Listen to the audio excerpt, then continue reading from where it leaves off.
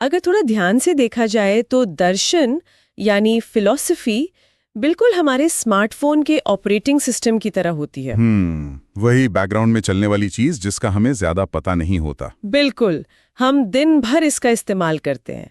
उसके बिना हमारा कोई काम नहीं चलता, चाहे हमें मैसेज भेजना हो या फोटो खींचना हो। राइट। लेकिन इसके अंदर की कोडिंग कैसे काम कर रही है या बैकग्राउंड में कौन सी स्क्रिप्ट चल रही है, ये हमें बिल्कुल नहीं पता होता। सही बात है, हम बस सरफेस लेवल पर चीजों को यूज करते हैं। एग्जैक्टली।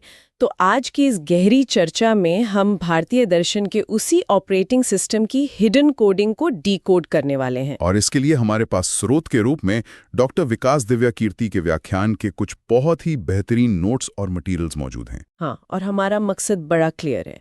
हमें वैदिक काल के पुराने युग से लेके आधुनिक दौर में ओशो तक के सफर को समझना है। और सबसे जरूरी बात ये देखना है कि ये हजारों साल पुरानी बातें आज के किसी स्टूडेंट या प्रोफेशनल की डेली लाइफ में कैसे अप्लाई होती हैं। राइट। वैसे एक बहुत चौंकाने वाला फैक्ट इस मटेरियल में शुरुआत में ही मिल जाता है। अच्छा, वो क्या? देखिए, हमारा ब्रह्मांड करीब 13.8 बिलियन साल पुराना है, ठीक है? और जब पश्चिमी दुनिया यानी वेस्टर्न वर्ल्ड का पहला दार्शनिक, जिसे थेल्स कहते हैं, वो 6ठी शताब्दी बीसी में पैदा हुआ था। हाँ, लगभग 600 बीसी के आसपास। राइट। पर तब तक भारत में फिलॉसफिकल चिंतन की एक ऐसी डीप परंपरा शुरू हो चुकी थी जो खुद हजारों साल पुरानी थी।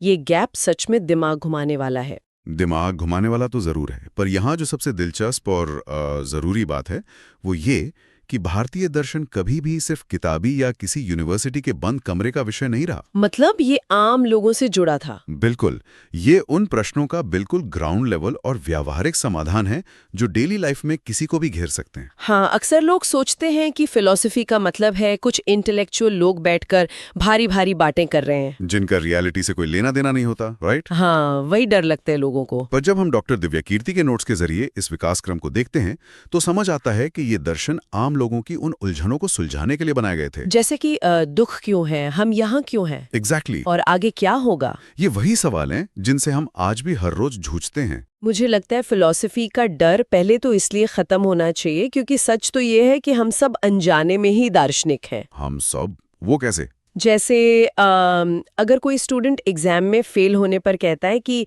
शायद पिछले जन्म के कर्म खराब थे, ये तो हम बहुत सुनते हैं। तो वो टेक्निकल टर्म जाने बिना ही पुनर्जन्म और कर्मा के दर्शन को जी रहा है ना। सही पॉइंट पकड़ा आपने। या फिर लोग कहते हैं कि जो होता है भगवान की मर्जी से होता है, हर पत्ते में भगवान है, जिसे टेक्निकली पैंथियज्म कहते हैं। राइट। तो हम सब फिलॉसफी का हिस्सा है। पर मैं सोच रही थी इस पूरी कोडिंग की शुरुआत आखिर कहाँ से होती है। इस मटेरियल के मुताबिक डॉक्टर दिव्या कीर्ति इसका आधार वैदिक काल को बताते हैं। उन्होंने वेदों के विकास को 4 मुख्य हिस्सों में बांटा है। 4 हिस्से? जी। कौन कौन से? संवेता, ब्राह्मण, आरण्यक और अंत में उपनिषद, जिसे वेदांता भी कहते हैं। अब देखिए, ये नाम सुनने में थोड़े हैवी लग रहे हैं, तो इनका बेसिक फंक्शन क्या था? इन चारों को आप ह्यूमन माइंड के इवोल्यूशन की तरह देख सकते हैं। अच्छा। हाँ, शुरुआत होती है संहिता और ब्राह्मण से। ये मुख्य रूप से रिचुअल्स थे, यानी पूजा पाठ वाले नियम। बिल्कुल। यज्ञ कैसे करना है, हवन में आहुति कैसे देनी है, क्रियाकर्मों के नियम क्या होंगे। मतलब फोकस सिर्फ इस बात पर था कि एक्शन क्या करना है जिससे देवता खुश हो। एग्जैक्टली। लेकिन जैसे जैसे समय बीता, लोग इन क्रियाओं से आगे बढ़कर गहरा चिंतन करने लगे। फिर आता है आरण्यक काल। आरण्यक का मतलब ही होता है जंगल। तो क्या लोग जंगलों में चले गए थे? हाँ, समाज के शोर शराबे से दूर लोग जंगलों में जाकर इन बातों पर डीप मेडिटेशन और विमर्श करने लगे कि इन रिचुअल्स का आखिर मेन ऑब्जेक्टिव क्या है। ओह, मतलब रिचुअल्स की गहराई ढूंढने लगे। सही कहा। और यही चिंतन जब अपनी पीक पर पहुंचा तो उपनिषदों का जन्म हुआ, जिसे वेदांता कहते हैं। हाँ, यहाँ आकर फिलॉसफी सच में ब्लूम करती है। यहाँ रिचुअल्स पीछे छूट जाते हैं और आत्मा, मोक्ष और ब्रह्मा के निर्गुण रूप की बात आती है। वेट, एक सेकंड, यहाँ मुझे एक चीज थोड़ी अजीब लग रही है। क्या हुआ? वेदों की शुरुआत में तो हम सिर्फ हवन, यज्ञ और फिजिकल रिचुअल्स की बातें कर रहे थे। फिर अचानक से उपनिषद में आते आते लोग मोक्षा और निर्गुण ब्रह्मा, यानी ऐसी पावर जिसका कोई आकार ही नहीं है, ऐसी हाई लेवल बातें कहाँ से करने लगे? ये सवाल बहुत लाजमी है। क्या समाज में अचानक कोई बहुत बड़ा बदलाव हो रहा था या लोग बस रिचुअल्स करते करते बोर हो गए थे? बोर तो नहीं हुए थे, पर हाँ, एक बहुत बड़ा सोसाइटल शिफ्ट जरूर हो रहा था उस वक्त। कैसा शिफ्ट? देखिए, ये कोई ओवरनाइट चेंज नहीं था। इसको ऐसे सोचिए, शुरुआत में लोग नोमैड थे, घुमंतु थे। राइट, बस खाने की तलाश में यहाँ वहाँ घूमना। उन्हें बेसिक सर्वाइवल चाहिए था, तो उन्होंने रिचुअल्स बनाए ताकि बारिश हो, फसल अच्छी हो। Survival of the fittest. लेकिन जब एक कृषि आधारित अर्थव्यवस्था यानी एग्रीकल्चरल इकोनॉमी सेटअप हो गई, तो सामाजिक व्यवस्थाओं में ठहराव आया। अच्छा, मतलब सेटल हो गए एक जगह। बिल्कुल। और जब किसी को कल के खाने की चिंता नहीं होती ना, तब उसके पास बैठकर अस्तित्व के गहरे सवाल सोचने का टाइम आता है। ओह वाओ, ये तो मैस्लो की हायरार्की ऑफ नीड्स जैसा हो गया। बेस लेवल सिक्योर हुआ तो सेल्फ एक्चुअलाइजेशन की तरफ बढ़े। एग्जैक्टली। उस वक्त पशु बलि वाले कर्मकांडों का विरोध भी होने लगा था। समाज को इन सतही बातों से आगे बढ़कर एग्जिस्टेंशियल सवालों के जवाब चाहिए थे कि क्या इस फिजिकल दुनिया के बाहर भी कुछ है। हाँ, जब ब्रह्मा को समझाने के लिए नेति नेति का कॉन्सेप्ट आया। नेति नेति, इसका क्या मतलब है? नेति नेति यानी ना इति ना इति, मतलब ये भी नहीं वो भी नहीं। अच्छा, मतलब उसे डिफाइन नहीं किया जा सकता। सही समझे, क्योंकि उस सुप्रीम पावर को किसी लिमिटेड शब्दों में डिफाइन ही नहीं किया जा सकता। ये तो बहुत प्रोफाउंड है। और इस शिफ्ट की सबसे खूबसूरत बात पता है क्या थी? उन्होंने डिसएग्रीमेंट को हैंडल करना सीख लिया था। मतलब वो आपस में लड़ते नहीं थे अगर विचार अलग हों? नहीं, उन्होंने कहा एकम सत विप्रा बोधा वदंती। इसका ट्रांसलेशन क्या होगा? इसका मतलब है ट्रूथ या सत्य एक ही है, बस अलग अलग इंटेलेक्ट्स यानी अलग अलग ज्ञानी लोग उसे अलग अलग ढंग से एक्सप्रेस करते हैं। वाह, ये तो शायद दुनिया का पहला रिलीजियस टॉलरेंस का आधार रहा होगा। बिल्कुल, ये एक्सेप्ट करना कि दूसरा भी सही हो सकता है। ये बहुत पावरफुल पॉइंट है। लेकिन जब आप इतने बड़े और डीप सवाल आम जनता या अलग अलग थिंकर्स के बीच छोड़ देते हैं, तो सब एक बात पर तो राजी नहीं होंगे ना? नेचुरली नहीं होंगे। यहीं से शुरू हुई होगी भारतीय दर्शन की सबसे बड़ी बहस। आप ठीक उस दिशा में सोच रही हैं जहां अगला बड़ा शिफ्ट आया। और मुझे लगता है इसी विरोध और तर्क के सिलसिले में दो ऐसे शब्द आते हैं जिनका मतलब आज सोसाइटी पूरी तरह गलत समझती है। आप आस्तिक और नास्तिक की बात कर रही हैं। हाँ, एग्जैक्टली। अगर आज किसी मॉडर्न इंसान से पूछें तो वो कहेगा कि जो ईश्वर को मानता है वो थीस्ट यानी आस्तिक है, और जो भगवान को नहीं मानता वो एथीस्ट यानी नास्तिक है। राइट। लेकिन हमारे स्रोत के हिसाब से भारतीय दर्शन में इनकी परिभाषा बिल्कुल ही अलग है। बहुत अलग। यहाँ गॉड सेंट्रल कैरेक्टर नहीं है, यहाँ वेदा सेंट्रल है। बिल्कुल। तो नास्तिक वो नहीं जो भगवान को न माने, नास्तिक वो है जो वेदों को अंतिम प्रमाण यानी अल्टीमेट अथॉरिटी या शब्द प्रमाण मानने से इनकार कर दे। क्या ये सच है? ये 100% सच है। ये भारतीय दर्शन की एक ऐसी मौलिक धारणा है जो वेस्टर्न लेंस से देखने पर समझ ही नहीं आती। तो इस हिसाब से नास्तिक कौन थे उस जमाने में? इस मटेरियल के मुताबिक 3 मुख्य नास्तिक दर्शन डेवलप हुए: चारवाका, जैन और बौद्ध। अच्छा, तो जैन और बौद्ध दर्शन टेक्निकली नास्तिक दर्शन की कैटेगरी में आते हैं। हाँ, क्योंकि ये तीनों किसी न किसी रूप में वेदों को अंतिम सत्य मानने से इनकार करते हैं। इनका अपना अलग लॉजिक और फ्रेम ऑफ रेफरेंस था। और आस्तिक दर्शन कौन से थे फिर? दूसरी तरफ 6 आस्तिक दर्शन उभर कर आए, जिन्हें सनातन दर्शन या षट दर्शन भी कहा जाता है। ये लोग वेदों की अथॉरिटी को मानते थे। इनमें कौन कौन से दर्शन शामिल हैं? कि ये 6 दर्शन इंडिपेंडेंट होने के बावजूद जोड़ियों में काम करते थे। जोड़ियों में मतलब पेयर्स में? हाँ, जैसे संख्य और योगा एक जोड़ी है, न्याय और वैशेषिका दूसरी जोड़ी, और मीमांसा और वेदांता तीसरी जोड़ी। ये पेयर्स बनाए क्यों गए थे? एक ही फिलॉसफी काफी नहीं थी क्या? इसका रीजन ये था कि एक फिलॉसफी सिर्फ थ्योरी देती थी और दूसरी उसका प्रैक्टिकल एप्लीकेशन बताती थी। अच्छा, कोई एग्जाम्पल दीजिए। जैसे सांख्य दर्शन यूनिवर्स कैसे बना उसकी पूरी थ्योरी समझाता है, ओके। और योगा दर्शन उस यूनिवर्सल ट्रूथ को अपने अंदर रियलाइज करने का प्रैक्टिकल स्टेप्स देता है। ओ, मतलब थ्योरी क्लास और फिर लैब प्रैक्टिकल की तरह। हाँ हाँ, बिल्कुल वैसे ही। ये कॉन्सेप्ट तो आज के एजुकेशन सिस्टम में एकदम फिट बैठता है। पर अगर मैं थोड़ा वापस उन नास्तिक दर्शनों पर आऊं, खासकर चारवाका पर। हाँ, चारवाका तो बहुत ही दिलचस्प है। सच में उनका मटेरियल पढ़कर तो मुझे आज की योलो यानी you only live once generation याद आ गई। वही जो कहते हैं आज में जियो। हाँ, चारवाका का दर्शन बिल्कुल स्ट्रेट फॉरवर्ड था। उन्होंने कहा यावत जीवेत सुखम जीवेत, मतलब जब तक जियो सुख से जियो। और इसमें आगे था कि ऋण लेके घी पियो, मतलब उधार लो पर मजे करो। एकदम एक्सट्रीम मटेरियलिज्म। बिल्कुल। उनका मानना था कि मौत के बाद क्या है, आत्मा क्या है, पुनर्जन्म कहाँ है, इन सब की फिक्र छोड़ दो, क्योंकि किसने देखा है अगला जन्म। सही बात है। उन्होंने मेटाफिजिक्स और स्पिरिचुअलिटी दोनों को पूरी तरह से नकार दिया था। सुनने में ही उस जमाने के हिसाब से बहुत रेडिकल लगता है। बहुत ज्यादा। लोग तो भड़क गए होंगे। हाँ, लेकिन इंटेलेक्चुअल इकोसिस्टम के लिए चार्वाका का होना बहुत जरूरी था। वो कैसे? थोड़ा ब्रॉडर पर्सपेक्टिव से देखें तो चार्वाका का ये हार्डकोर मटेरियलिज्म बाकी सभी स्पिरिचुअल दर्शनों के लिए एक बहुत बड़ा चैलेंज बन गया था। अच्छा, मतलब उन्हें अपने पॉइंट्स प्रूव करने पड़ेंगे। एग्जैक्टली। चार्वाका ने जब वेदों पर और कर्मकांडों पर डायरेक्ट अटैक किया तो बाकी दर्शनों को मजबूर होना पड़ा कि वो अपने आर्ग्यूमेंट्स को और सॉलिड करें। ओह, कंपटीशन बढ़ गया। हाँ, उन्हें अपने लॉजिक्स को डिफेंड करना पड़ा।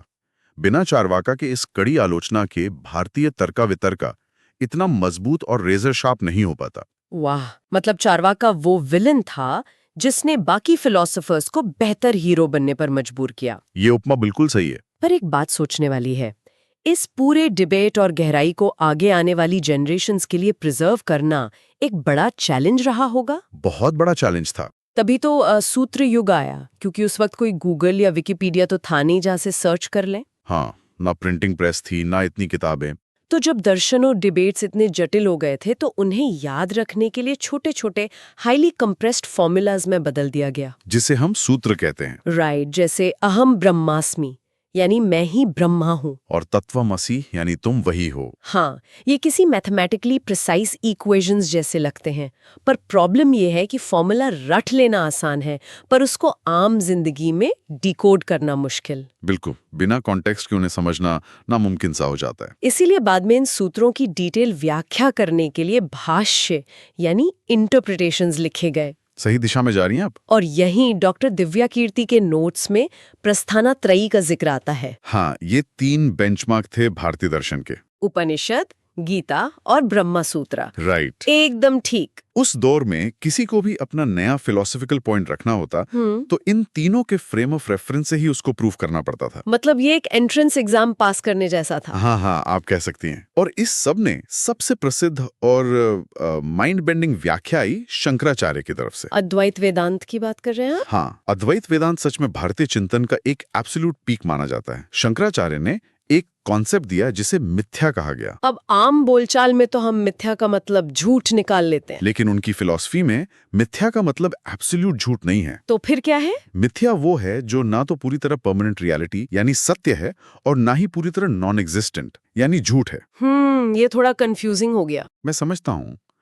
उनका मानना था कि अल्टीमेटली सिर्फ एक निर्गुण ब्रह्म ही सत्य है और बाकी ये सारी फिजिकल दुनिया, हमारे कॉम्प्लेक्स रिश्ते, हमारी आइडेंटिटी, यहाँ तक कि हमारा अस्तित्व भी उस परम सत्य के आगे एक इल्यूजन है, एक मिथ्या है। अच्छा, अब जानते हैं इस अद्वैता और मिथ्या कॉन्सेप्ट को अगर किसी को आज के टेक सेवी जमाने में समझाना हो ना, तो कैसे समझाएंगे आप? तो ये बिल्कुल किसी मॉडर्न वर्चुअल रियलिटी या वीआर मेटावर्स जैसा लगता है मुझे। ओह, इंटरेस्टिंग। कैसे? देखिए, जब आप वीआर हेडसेट पहनकर किसी गेम के अंदर होते हैं तब तक वहां आने वाला मॉन्स्टर, वहां का आसमान, वहां की दोस्ती, सब कुछ आपको 100% रियल लगता है। हाँ, लोग गेम में डर के चिल्ला भी देते हैं। एग्जैक्टली। आप डरते भी हैं, आप खुश भी होते हैं। शंकराचार्य इसको व्यावहारिक सत्ता यानी प्रैक्टिकल रियलिटी कहते थे। पर जैसे ही गेम ओवर होता है और आप हेडसेट उठाते हैं, आपको रियलाइज होता है कि असलियत तो आपका लिविंग रूम है। क्या बात है। वो गेम सिर्फ एक प्रोजेक्शन था, एक मिथ्या थी। ये वीआर वाली उपमा एकदम परफेक्ट बैठती है यहाँ। जब तक आप इग्नोरेंस यानी अज्ञान के हेडसेट में हैं, दुनिया बिल्कुल सच लगती है और ज्ञान मिलते ही हेडसेट उतर जाता है। बिल्कुल। पर शंकराचार्य के इस ब्रिलियंट दर्शन ने एक बहुत बड़ी व्यावहारिक यानी प्रैक्टिकल समस्या खड़ी कर दी थी उस समाज में। समस्या? कैसी समस्या? सोचिए, यदि अब पूरी दुनिया एक मिथ्या है और मेरी आत्मा और परमात्मा एक ही एंटिटी है, जो अद्वैता कहता है, हाँ, तो फिर एक आम इंसान पूजा किसकी करे? ओह, ये तो पॉइंट है। डिवोशन या भक्ति का कॉन्सेप्ट ही किसी दूसरे के होने पर टिका है ना। एक भक्त होगा और एक बड़ा भगवान होगा, तभी तो सरेंडर का भाव आएगा। राइट। यदि मैं ही भगवान हूं तो मैं अपने आप को ही थोड़ी पूजूंगी। एग्जैक्टली। और आम जनता को इस इंटेलेक्चुअल कॉन्सेप्ट से कनेक्ट करने में बहुत तकलीफ हो रही थी। आम जनता को तो एक पर्सनल कनेक्शन चाहिए था, कोई आकार, कोई फॉर्म चाहिए था जिसके सामने वो अपने दुख रख सकें, रो सकें। और इसी इमोशनल वॉइड ने एक नए मूवमेंट को जन्म दिया, जिसे हम वैष्णव वेदांत और भक्ति मूवमेंट कहते हैं। अच्छा, यहाँ से भक्ति आंदोलन शुरू हुआ। हाँ, रामानुजा और मध्वाचार्य जैसे दार्शनिक आए जिन्होंने शंकराचार्य के ठीक ऑपोजिट स्टैंड लिया ताकि भक्ति का रास्ता जिंदा रहे। तो उन्होंने क्या तर्क दिया? उन्होंने समझाया कि भगवान और भक्त में अंतर है, दोनों अलग हैं और इसलिए डिवोशन कंप्लीटली पॉसिबल है। ये तो एक बहुत बड़ा और रिलीज देने वाला शिफ्ट रहा होगा। ये इतना पावरफुल शिफ्ट था कि आगे चलकर इसी मिट्टी से कबीर, सूरदास और गुरु नानक की ऐसी विचारधाराओं को जमीन मिली, जिन्होंने स्ट्रिक्ट इंटेलेक्चुअल फिलॉसफी को गानों और दोहों के जरिए सब तक पहुंचाया। बिल्कुल, भजनों के जरिए फिलॉसफी आम जनता के आंगन तक पहुंच गई। दर्शन अब सिर्फ विद्वानों की प्रॉपर्टी नहीं रहा था। ये कितनी अजीब और फैसिनेटिंग जर्नी लगती है मुझे, है ना? दर्शन पहले जंगलों में था, फिर रिगरस डिबेट्स और फॉर्मूलाज के जरिए विद्वानों तक आया, और फिर भक्ति आंदोलन ने इसे म्यूजिक और पोइट्री के जरिए आम इंसान के इमोशन से जोड़ दिया। सफर यहाँ रुकता नहीं है। हाँ, नोट्स में हम देखते हैं कि आधुनिक दौर यानी मॉडर्न एरा में दर्शन का रूप फिर बदलता है। जब भारत का सामना ब्रिटिश और पश्चिमी विचारधाराओं से हुआ, खासकर क्रिश्चियन मिशनरीज के आने के बाद, तब हमारे चिंतन में एक न्यो वेदांता या पुनर्जागरण का दौर आता है। 19वीं सदी में राजा राममोहन रॉय, स्वामी विवेकानंद और महात्मा गांधी जैसे थिंकर्स आते हैं। और इन्होंने हिंदू दर्शन को सिर्फ स्पिरिचुअलिटी तक सीमित नहीं रखा, उन्होंने इसको राष्ट्रवाद यानी नेशनलिज्म और सामाजिक समानता के साथ जोड़ दिया। और वहीं दूसरी तरफ आर्य समाज ने वेदों की ओर लौटो का नारा दिया। तो क्या इनका फोकस सिर्फ रिलीजन को बचाना था? नहीं, इस दौर की कॉम्प्लेक्सिटी को समझना बहुत जरूरी है। इन आधुनिक चिंतकों का मुख्य उद्देश्य सिर्फ एब्स्ट्रैक्ट बातें करना नहीं था। तो उनका असल गोल क्या था? उनके सामने सबसे बड़ी चुनौती थी बिखरे हुए समाज को एकजुट करना और आजादी की एक पूरी लड़ाई के लिए एक सॉलिड फिलोसॉफिकल ग्राउंड तैयार करना। मतलब फिलॉसफी को as a unifying tool use करना। स्वामी विवेकानंद और गांधी जी ने देखा कि वेदांता इसमें एक बहुत बड़ा टूल बन सकता है। कैसे? उन्होंने तर्क दिया कि अगर अद्वैत के हिसाब से हम सब उसी एक ब्रह्मा का हिस्सा हैं, हमारी आत्मा एक ही है, तो फिर अपर कास्ट और लोअर कास्ट क्या होता है? एग्जैक्टली, छुआछूत की कोई जगह ही नहीं होनी चाहिए। उन्होंने इस स्पिरिचुअलिटी को सोशल जस्टिस और नेशनलिज्म के हथियार के रूप में इस्तेमाल किया। लेकिन यहीं पर एक पॉइंट आता है जहां मुझे सच में थोड़ा पुशबैक देना पड़ेगा। अच्छा, बोलिए। अगर विवेकानंद और गांधी जी वेदांत के जरिए समानता लाने की कोशिश कर ही रहे थे, तो फिर डॉक्टर बी.आर. अम्बेडकर को इसमें इतनी बड़ी प्रॉब्लम कहाँ आई? ये बहुत वैलिड सवाल है। उन्होंने इन सब को छोड़कर अपनी पूरी जिंदगी की रिसर्च के बाद नवयान बौद्ध दर्शन जैसा एक पूरा नया फ्रेम ऑफ रेफरेंस क्यों बनाया? क्या पुराने सिस्टम में रिफॉर्म्स लाना काफी नहीं था? देखिए, इसका जवाब भारतीय समाज की ग्राउंड रियलिटी में छुपा है। डॉक्टर अंबेडकर ने डीपली ऑब्जर्व किया था कि इन तमाम फिलोसॉफिकल इंटरप्रिटेशंस के बावजूद ग्राउंड लेवल पर सामाजिक कुरीतियां और जातिवाद खत्म नहीं हो रहा था। रियलिटी अलग थी। और उनके मुताबिक इसका बड़ा कारण थी कर्मा थ्योरी। कर्मा थ्योरी?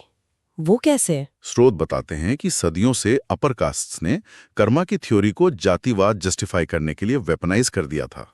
तुम इसलिए दुख झेल रहे हो क्योंकि पिछले जन्म में तुमने पाप किए थे। इस एक स्टेटमेंट ने ऑपरेशन को एक तरह की रिलीजियस लेजिटिमेसी दे दी थी। ये तो सच में बहुत डेंजरस इंटरप्रिटेशन है। अंबेडकर को महसूस हुआ कि जब तक इस पुरानी रूट कोडिंग को नहीं बदला जाएगा, तब तक ये सामाजिक बग फिक्स नहीं होगा। इसीलिए उन्हें नव्यान की जरूरत पड़ी। हाँ, जहाँ फोकस मौत के बाद के मोक्ष पर नहीं था, बल्कि इस करंट लाइफ में इक्वालिटी और डिग्निटी पर था। उन्होंने दर्शन को सोसाइटी के संकट का सीधा जवाब बनाया। यानी फिलॉसफी लिटरली समाज की नीड के हिसाब से अडेप्ट कर रही थी उस वक्त। बिल्कुल। और अडेप्ट करने की इस एक्सट्रीम हद को हम 20वीं सदी के आखिर में ओशो राजनीश के रूप में भी देखते हैं।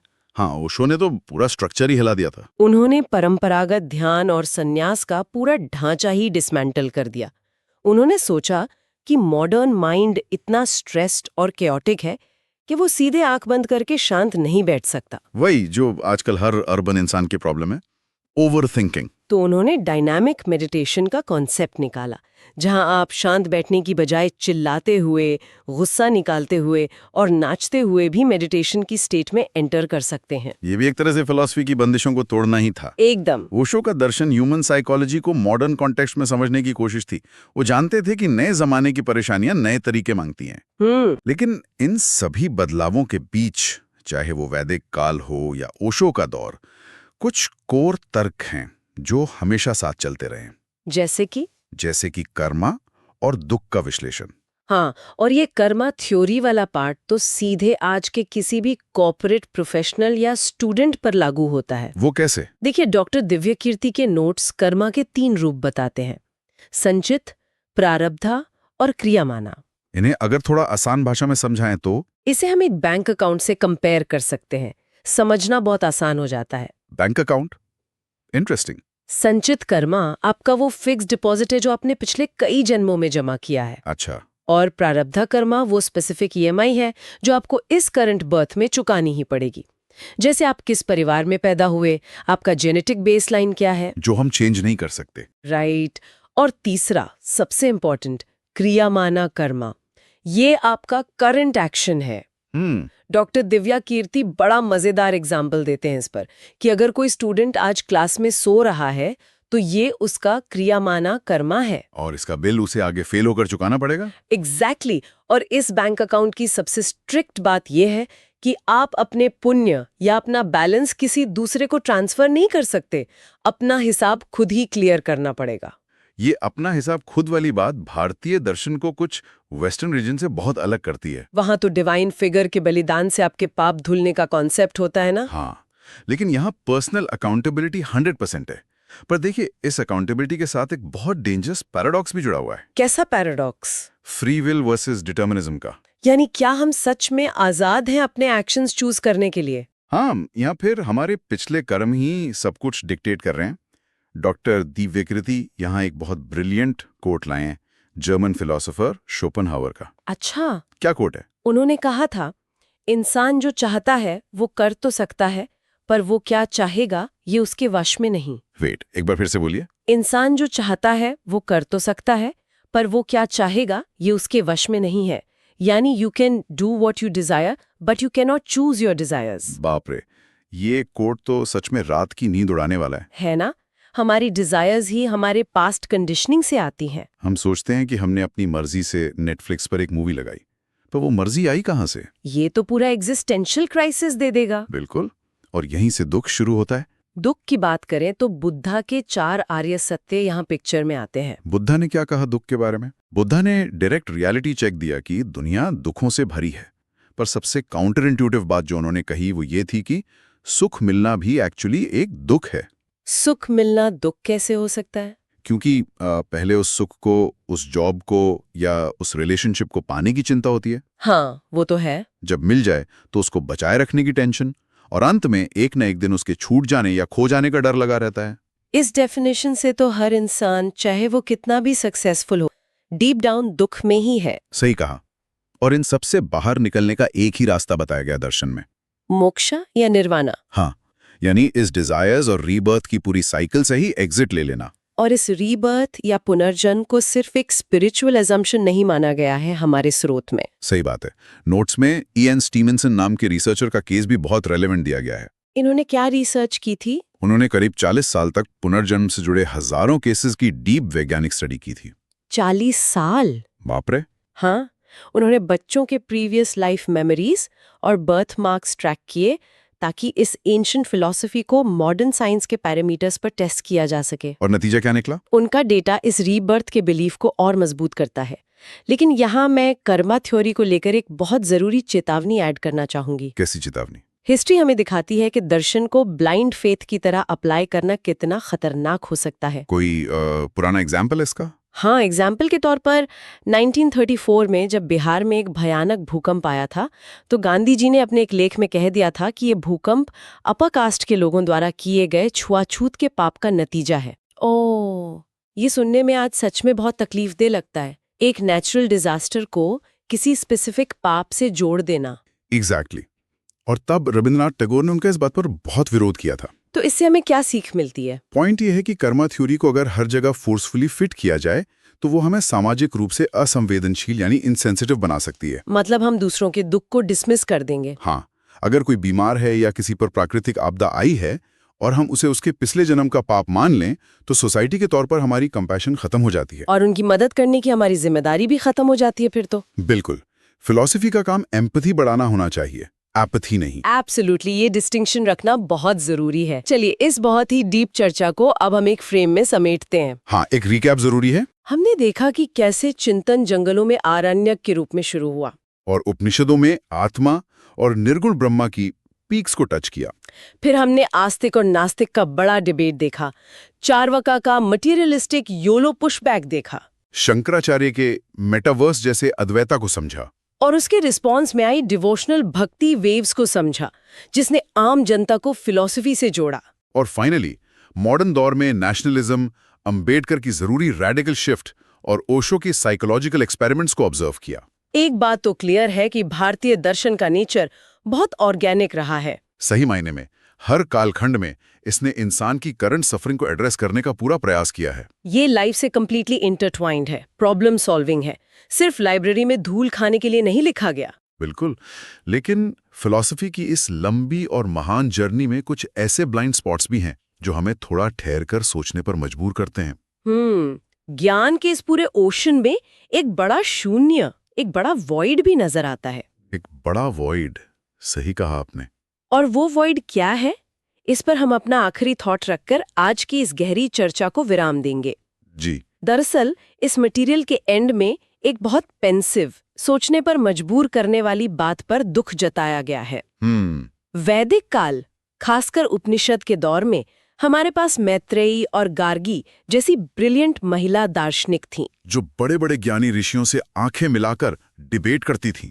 लेकिन उस सुनहरे दौर के बाद पिछले 2-2.5 हजार सालों के भारतीय दर्शन के इतिहास में महिलाओं का आवाज या उनका प्राइमरी योगदान लगभग न के बराबर रह गया। और इसका कारण कोई इंटेलेक्चुअल कैपेसिटी की कमी तो नहीं थी? बिल्कुल नहीं, बल्कि समाज में मौजूद वो एक सिस्टमैटिक ग्लास सीलिंग थी जिसने उन्हें एजुकेशन और डिबेट से दूर सिर्फ घर के आंगन तक सीमित कर दिया।